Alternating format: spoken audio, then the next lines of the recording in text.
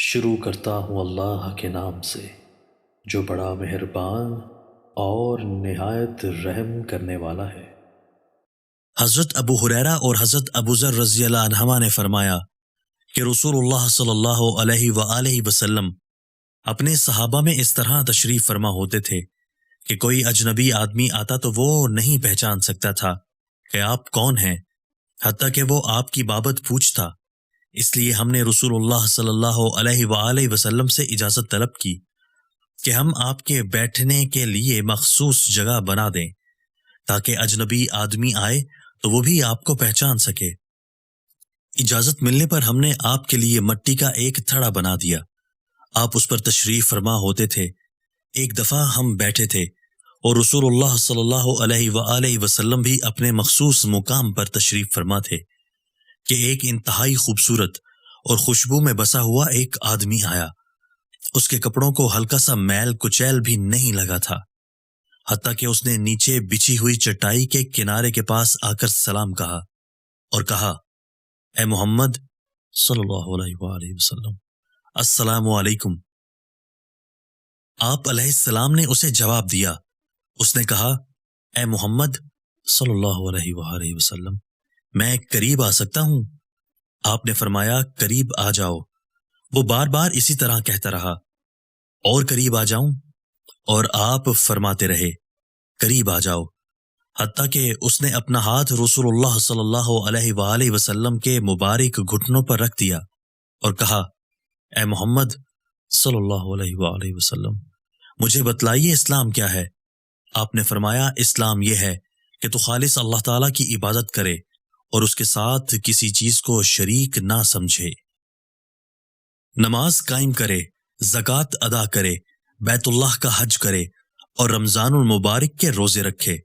اس نے کہا، جب میں یہ کام کر لوں تو کیا میں مسلمان ہو گیا؟ آپ نے فرمایا، ہاں۔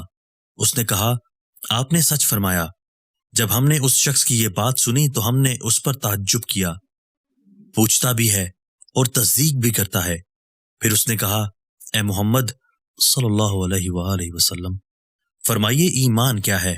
آپ نے فرمایا، ایمان یہ ہے کہ تو اللہ تعالیٰ، اس کے فرشتوں، کتابوں، نبیوں اور تقدیر کو دل و جان سے تسلیم کر لے۔ اس نے کہا، جب میں یہ کام کر لوں گا تو کیا میں مومن ہو گیا؟ آپ نے فرمایا، ہاں۔ اس نے کہا، آپ نے سچ فرمایا۔ پھر کہنے لگا، اے محمد صلی اللہ علیہ وآلہ وسلم، بتلائیے احسان کیا ہے؟ آپ نے فرمایا، احسان یہ ہے کہ تو اللہ تعالیٰ کی عبادت اس طرح کرے گویا تو اللہ تعالیٰ کو دیکھ رہا ہے، اگر تو اسے نہیں دیکھتا تو وہ تجھے دیکھ رہا ہے۔ وہ کہنے لگا، آپ نے سچ فرمایا۔ پھر وہ کہنے لگا، اے محمد صلی اللہ علیہ وآلہ وسلم، مجھے بتائیے قیامت کب آئے گی؟ آپ نے سر جھکا لیا اور اسے کچھ جواب نہ دیا۔ اس نے دوبارہ پھر وہی سوال کیا، آپ نے پھر کوئی جواب نہ دیا۔ اس نے تیسری دفعہ پھر وہی سوال کیا، آپ نے پھر بھی کوئی جواب نہ دیا۔ پھر آپ نے اپنا سر مبارک اٹھایا اور فرمایا، جس شخص سے قیامت کے بارے میں پوچھا گیا ہے وہ پوچھنے والے سے زیادہ نہیں جانتا، لیکن قیامت کی کچھ علامات ہیں جن کے ساتھ اس کا پتہ چل جائے گا۔